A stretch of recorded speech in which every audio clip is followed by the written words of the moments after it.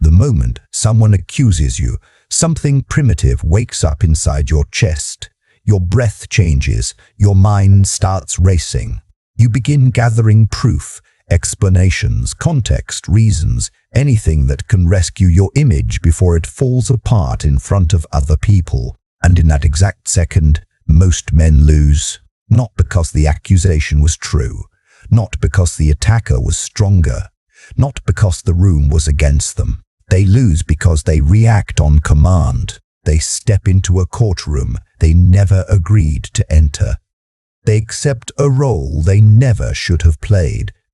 They become the defendant, the man trying to earn back his own value with words, tone, sincerity, and urgency. And once that happens, the damage is already moving, because people rarely remember your defense. They remember that you were defending. They remember the tension in your face. They remember the speed in your voice. They remember that something landed hard enough to make you explain yourself. And that image stays. That image spreads. That image lowers your power long before your logic ever gets a chance to speak. Every day, people are pulling this move on you in ways so subtle, most men do not even notice it. A loaded question. A quiet disrespect. A false concern wrapped in morality. A joke with a blade inside it. A public challenge disguised as honesty. A sentence designed not to learn the truth, but to see whether you can be moved. And every day, men give away their frame because they think the intelligent move is to explain faster, louder, and better. It is not. Today, that ends, because once you understand what is really happening beneath accusation, criticism, and provocation, you stop reacting like prey. You stop performing innocence. You stop handing your nervous system to people who never deserved access to it in the first place. And once that shift locks in, something changes in the way people feel around you. They stop trying to rush you. They stop trying to guilt you. They stop trying to drag you into emotional mud where weaker minds like to fight. Listen carefully. Every time you defend yourself too quickly, you are not proving your innocence. You are confirming that the accusation has power over you. That truth stings.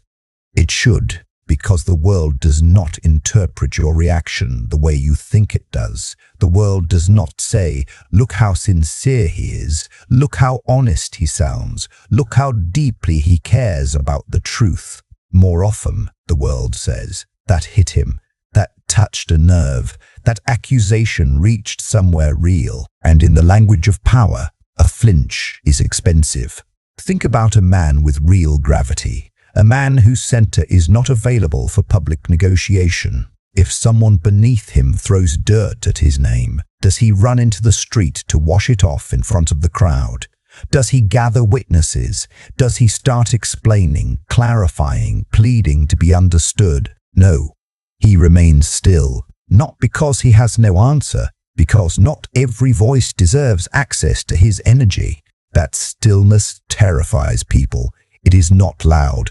It is not dramatic. It is not emotional. But it has weight, because when a man refuses to react on command, he reveals something rare. He reveals that his internal state cannot be purchased with pressure. He reveals that his attention is not free. He reveals that the crowd does not control his nervous system. That is power. Burn this into your mind. Defense is not always strength. More often, defense is surrender, wearing the mask of intelligence. You can use perfect logic. You can explain every detail.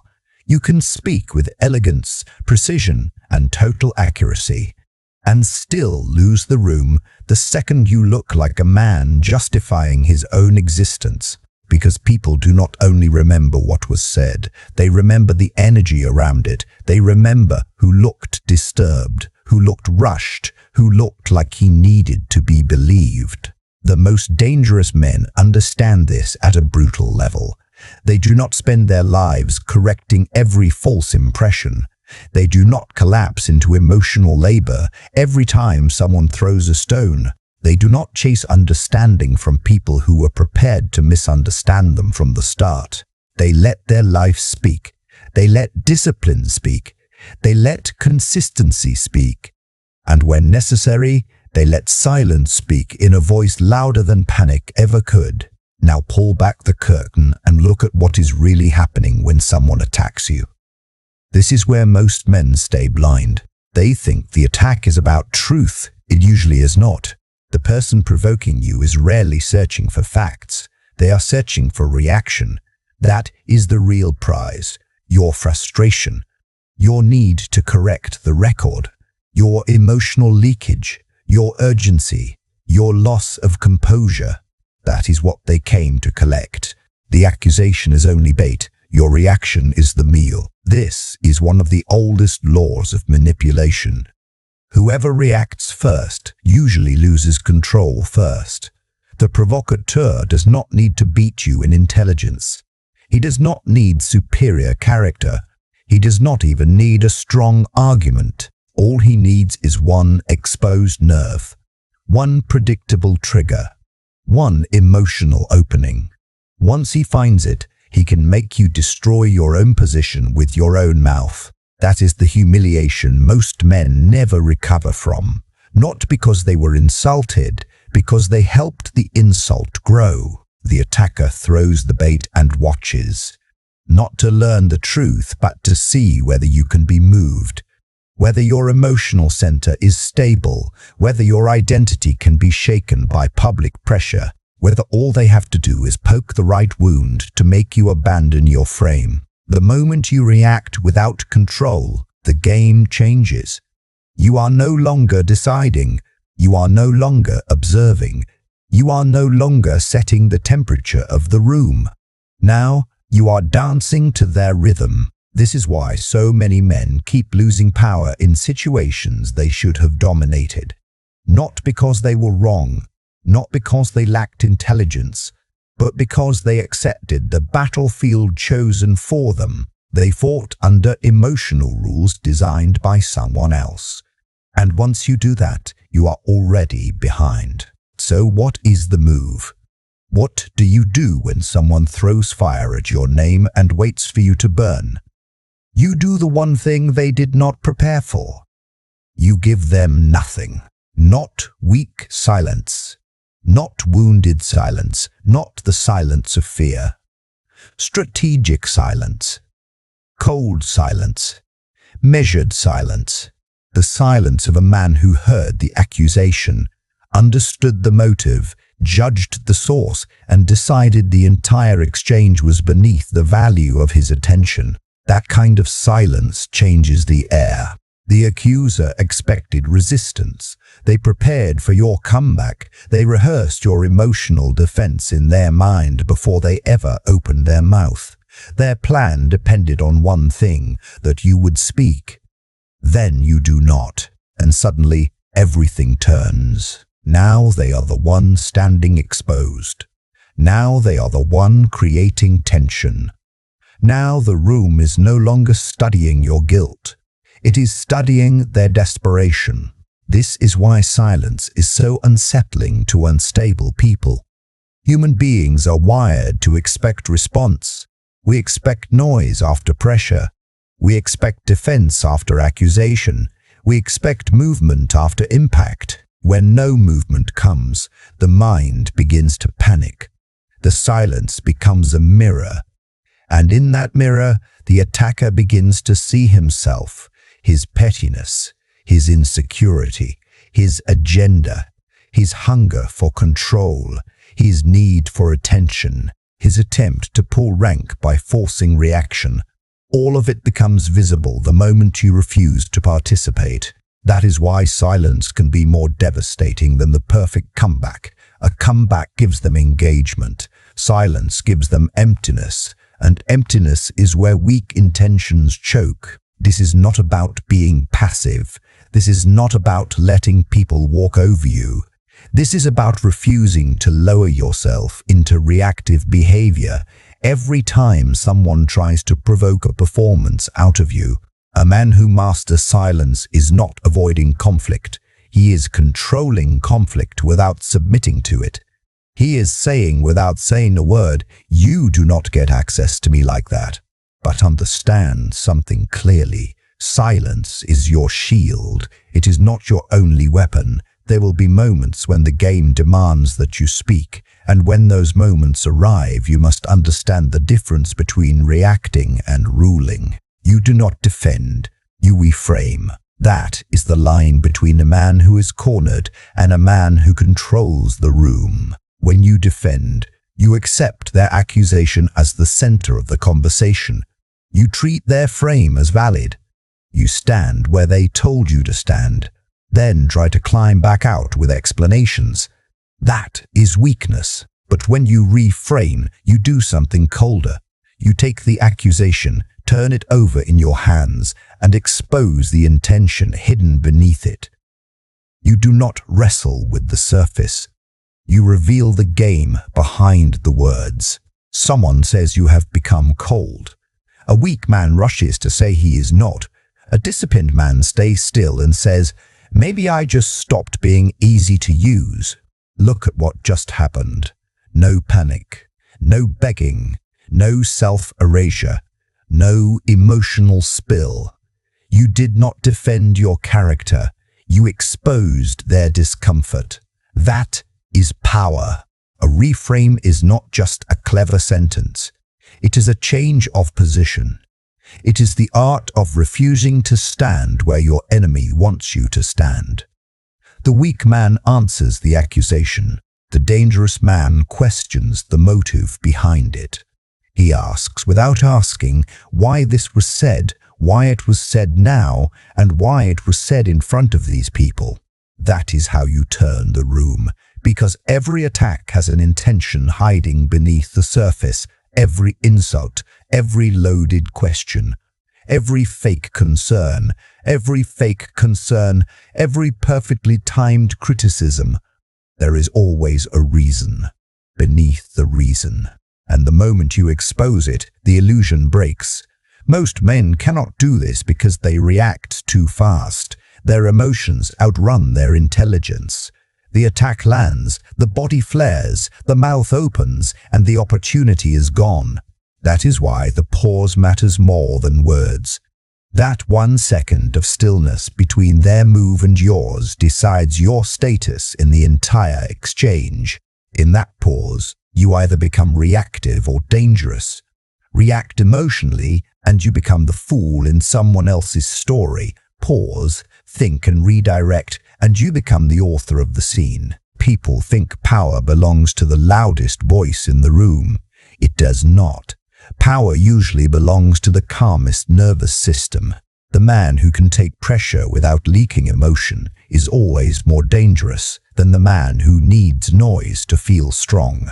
The man who can absorb an insult, pause, and redirect the conversation without anger in his voice holds a kind of authority that cannot be faked. He does not fight every fire, he decides which fires deserve oxygen. This is why chasing approval is fatal. The moment someone attacks you and you start running after their understanding, their validation, their acceptance, you have already lowered yourself. You have announced to the room that they are the one with value, and you are the one asking to be seen correctly. Never do that. Never chase the mind that is trying to reduce you. Let them come to you, or let them stay where they are and remain wrong. That is a law of power most men hear but never embody. The second you chase, you lose weight. The second you pursue understanding from someone committed to distortion, you hand them the superior position. Now flip it. Imagine a man who is accused and instead of defending, instead of reacting, instead of explaining, he simply continues building. He says nothing unnecessary. He changes nothing out of panic. He does not look back. What happens next is pure psychology. The accuser becomes obsessed. The silence starts working on them. It unsettles them. It irritates them. It creates doubt. They start wondering why their attack had no effect. They throw another accusation, louder this time, more desperate, and still they are met with the same wall of calm indifference. Eventually, they come closer. They always come closer, because a man who cannot be moved becomes a mystery, and the human mind struggles to ignore mystery. That is gravity. Real power is not about force, it is about gravity. The sun does not chase the planets. The planets move around it because its weight demands it. When you stop defending, stop explaining, stop reacting, you become the center of gravity in every room you enter. People begin orbiting you, not because you asked for it, but because your stillness creates a pull. Their minds cannot easily resist. Let them attack. Let them talk. Let them throw noise into the void. The void does not answer. And that is exactly why the void wins. Now hear the truth most people are too soft to say out loud. Your emotions are the easiest weapon anyone can use against you. Every person who has ever manipulated you, controlled you, or made you feel small did not do it with superior strength. They did it by accessing your emotions. They found the wire connected to your need for approval, your fear of being misunderstood, your hunger to be seen as good, your guilt when others are uncomfortable, and they pulled it whenever they wanted to watch you unravel. This is why emotional detachment is not cruelty. It is survival. It does not mean you feel nothing. It means you stop handing control of your behavior to what you feel. There is a beast inside every man. The weak man lets it run wild and calls it honesty. The average man suppresses it and lets it poison him from within. The dangerous man keeps it on a chain. He feels anger without speaking from it.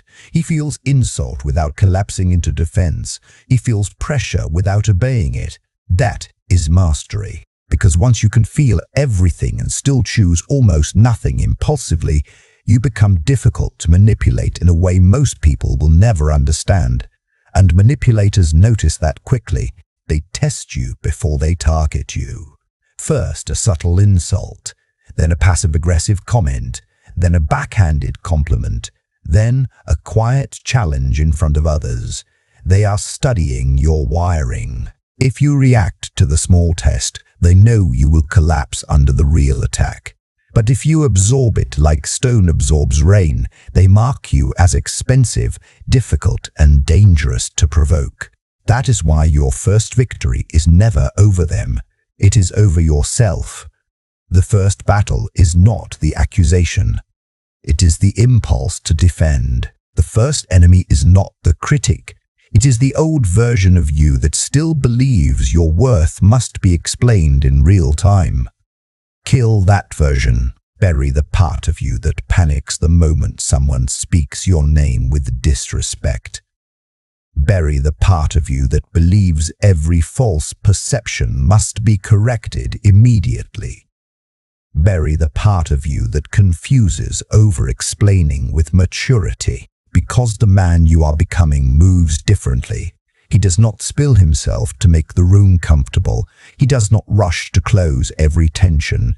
He does not fear a pause. He does not fear silence. He uses both like weapons.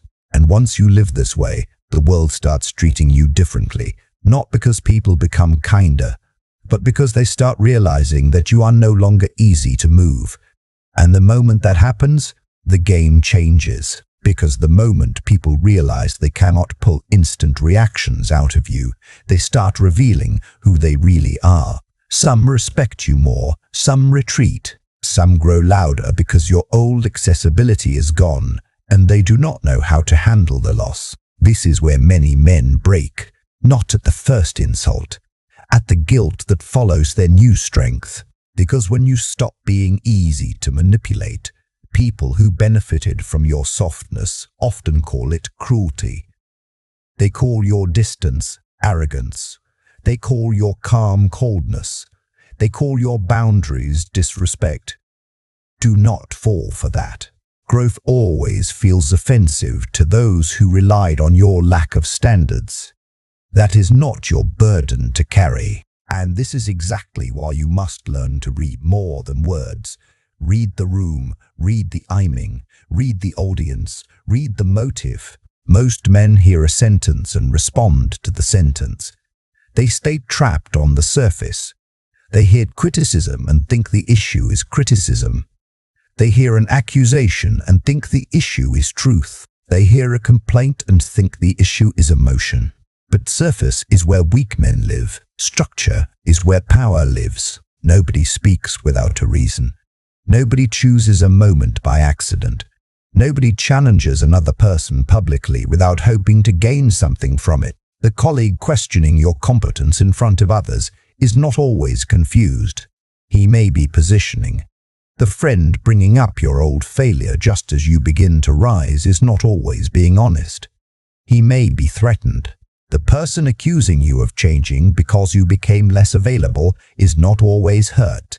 Sometimes they are angry that access is no longer free. This is why discernment is so important. Not every criticism is guidance.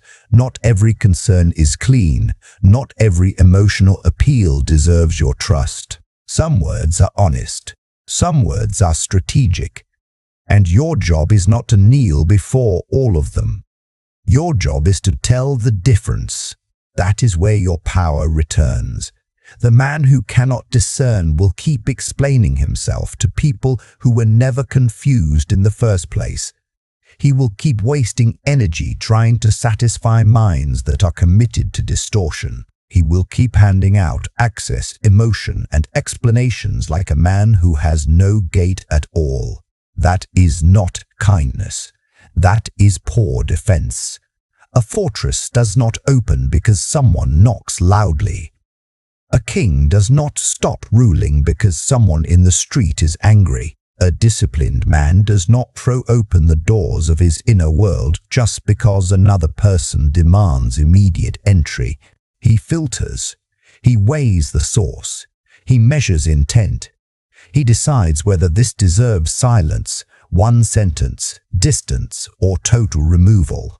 That is emotional discipline in its mature form. And one of the deepest traps in modern life is the belief that every criticism must be processed immediately and publicly. No, some conversations are real. Some are bait. Some are guidance. Some are envy dressed in concern. Some are resentment wearing the costume of honesty. If you treat all of them the same, you will be played by people who understand your conscience better than you do. Ask better questions. Is this person trying to understand me or control me? Is this conversation about truth or access? Is this feedback clean, or is it loaded with emotional bait? If I answer right now, am I speaking from strength or from the fear of being misjudged? Most men never slow down long enough to ask those questions. That is why they get handled so easily. Pressure enters. Emotion rises. Words spill. Power leaves again and again. But when a man begins to pause before he responds, the entire chain breaks. The automatic reaction dies. The old conditioning starts losing its grip. He is no longer a puppet of urgency, and urgency is one of the oldest weapons in manipulation. Answer me now. Why are you being quiet? If you cared, you would explain yourself. If you have nothing to hide, why not respond? Why are you acting different? Why are you so cold? Listen to the architecture of those lines. They all try to force immediate access. They all try to collapse your thinking time. They all try to make your delay look like guilt.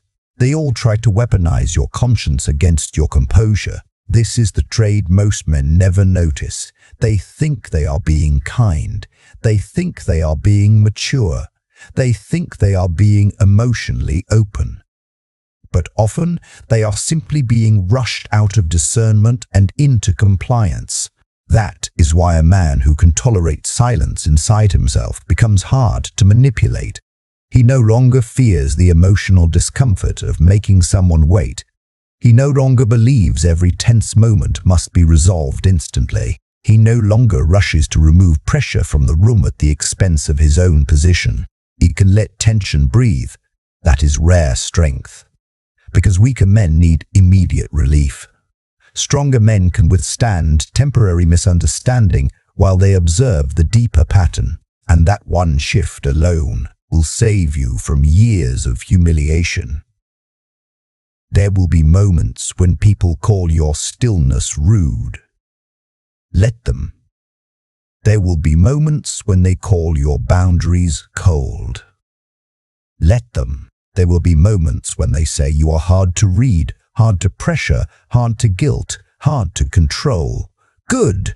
That means your nervous system is no longer public property. Now understand the next layer.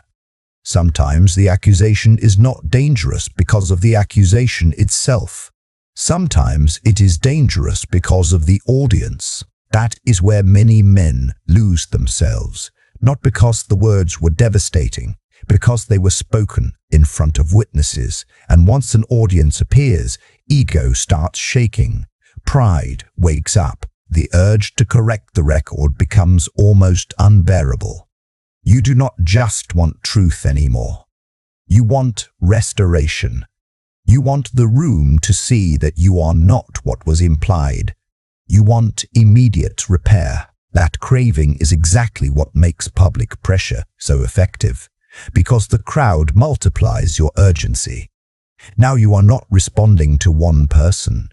You are responding to the eyes around them, the silent judgments, the shifting faces, the possibility that people might walk away with the wrong impression, and the second that fear controls your timing, your power drops. This is why public attacks are so often designed to provoke a rush to defense. The attacker understands something most men do not.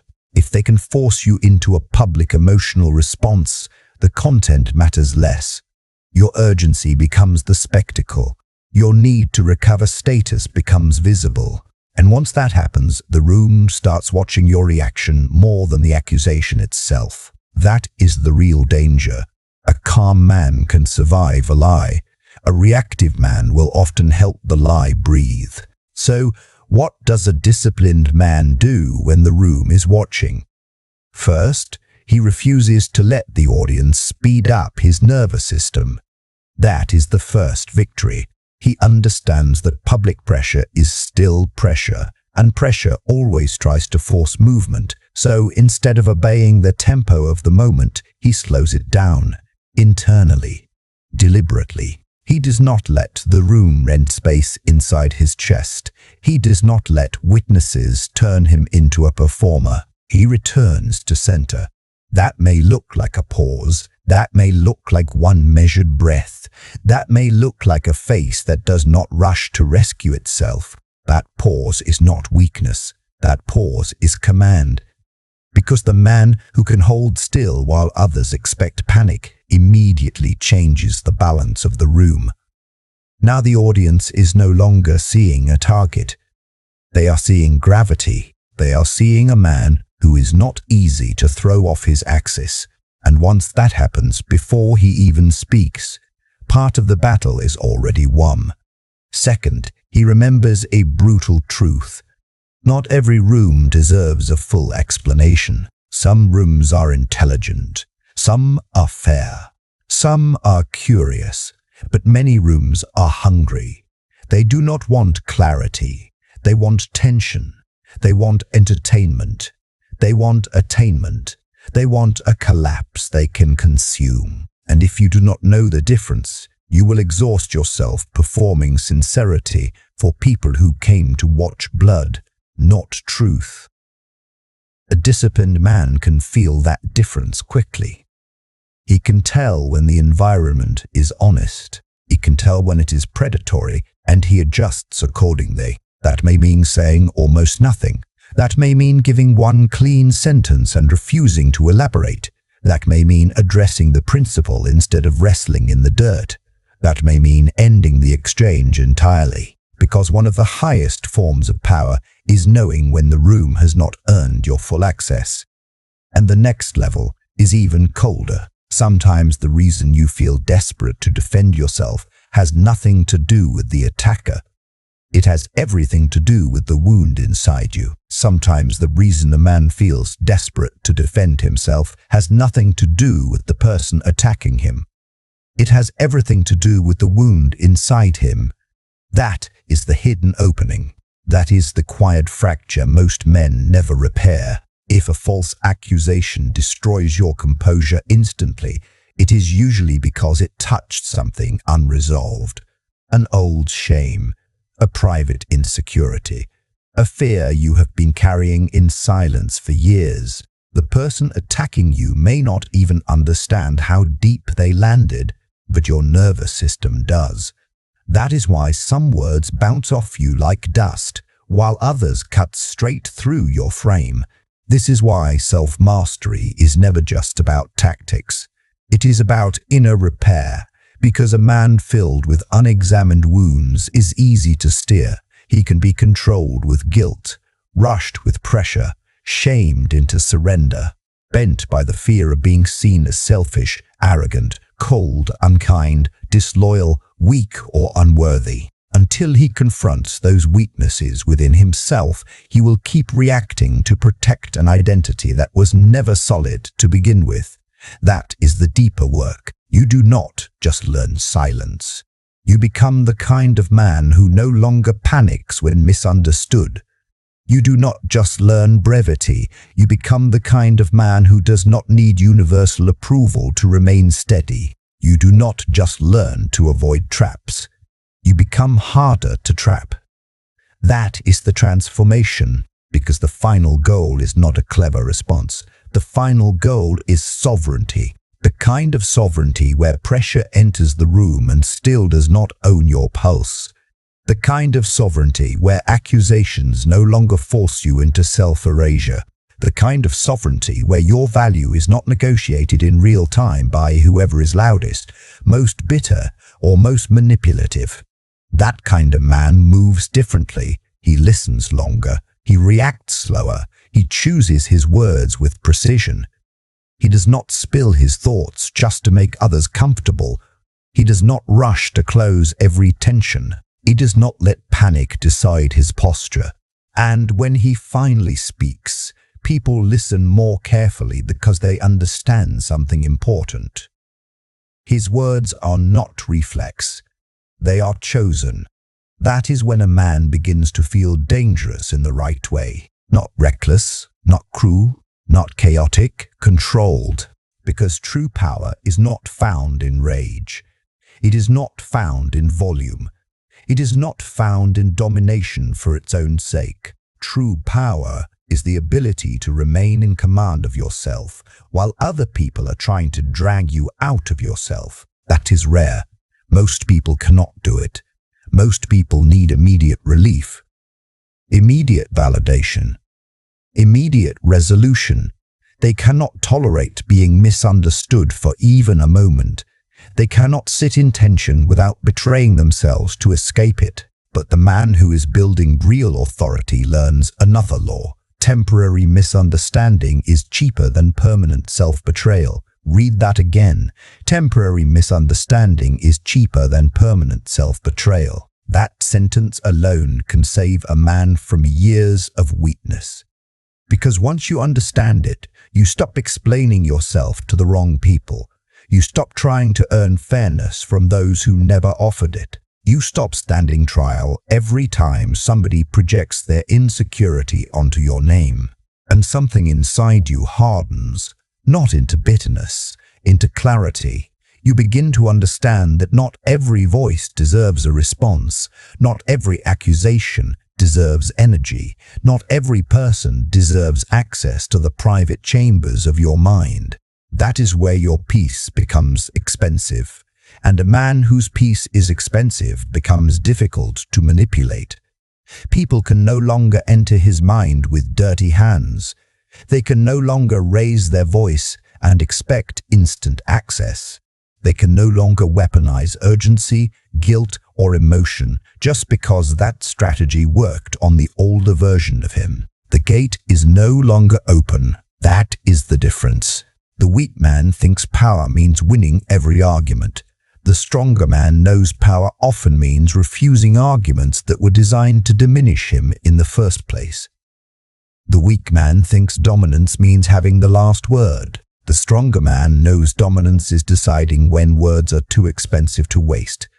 The weak man thinks respect comes from constant clarification. The stronger man understands that real respect begins when people realize they cannot drag explanations out of him on command. That realization changes everything around you. Your speech becomes cleaner. Your timing becomes sharper. Your presence becomes heavier. Your emotional world becomes harder to access, harder to pressure, harder to control. And suddenly, the same people who used to provoke you with ease begin to hesitate. Why? Because your reactions used to feed them. Your panic used to reward them. Your urgency used to confirm their influence. But now there is distance. Now there is discipline. Now there is a wall where there used to be a door, and the world feels that before it understands it. This is the trade. When you become less reactive, some people will call you detached. When you become less explainable, some people will call you cold. When you become harder to guilt, some people will call you selfish. When you stop performing innocence for people who enjoy suspicion, some people will say you have changed. They are right. You have changed. You are no longer easy to move. That is the point. Because a man who belongs to himself becomes difficult to control. He no longer lives with his hand extended toward the crowd, begging to be interpreted kindly. He no longer bleeds words every time tension appears.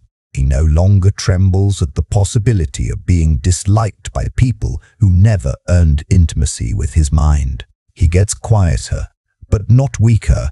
He gets slower, but not passive. He gets more selective. And because of that, everything about him begins carrying more weight. His yes means more because it is not cheap. His no lands harder because it is not emotional. His silence becomes meaningful because it is chosen, not empty. His words become rare enough to matter. This is how a man becomes unreadable to manipulators. Not by pretending to feel nothing, not by becoming cruel, not by seeking revenge, but by mastering access. He decides what reaches him. He decides what deserves response. He decides which voices carry weight and which ones die before they ever touch his center. That is sovereignty. And once a man tastes that, he never wants to return to the old way. The old way was exhausting. Constantly explaining, constantly proving, constantly defending your motives, your decisions, your standards, your growth, your boundaries, living like a suspect in a world full of people who never earned the right to question you so casually in the first place. Enough. Let weaker men keep performing for approval. Let insecure men keep rushing to defend every insult. Let manipulators feed on those who still mistake panic for honesty. You are building something else now. A colder mind, a calmer face, a stronger frame, a life that does not collapse just because someone misreads it. And once a man reaches that state, he no longer fears accusation the same way. Not because lies stop existing, not because attacks disappear, but because he understands a law that changes everything. An accusation only becomes a cage if you step inside it. You do not have to. You can hear the noise and remain still. You can feel the pressure and delay your response. You can see the trap and refuse the bait. You can let false urgency die outside your gate. You can let people reveal themselves while you reveal nothing you did not choose to reveal. That is what self-command looks like in real life. It is not dramatic. It is not loud. It is not theatrical. It is precise. It is controlled. It is earned. And in a world full of people who react on instinct, the man who governs himself looks almost dangerous. He looks powerful without announcing it. He looks difficult to read because his emotions are no longer available for public extraction. That is the aura, not performance, not noise, not slogans, discipline. If you remember nothing else, remember this. The people trying hardest to make you explain yourself are often the ones most threatened by the version of you that no longer needs permission to exist. So stop volunteering your power. Stop handing your nervous system to noise. Stop standing trial for becoming sharper, calmer, harder to manipulate, and less available to pressure. Let them speak. Let them guess. Let them project. Let them wonder why they cannot move you the way they used to.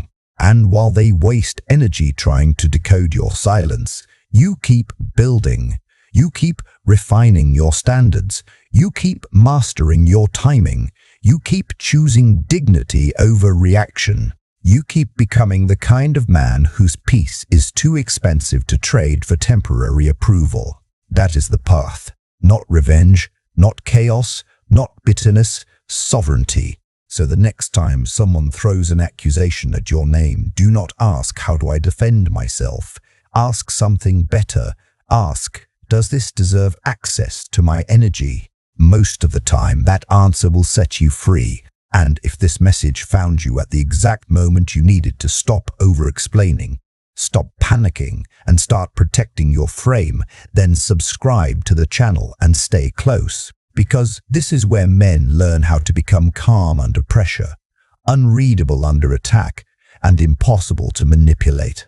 And in the comments, leave this oath: I do not explain my worth to those committed to misunderstanding me. Read that again, then live like it. Because once you do, everything changes.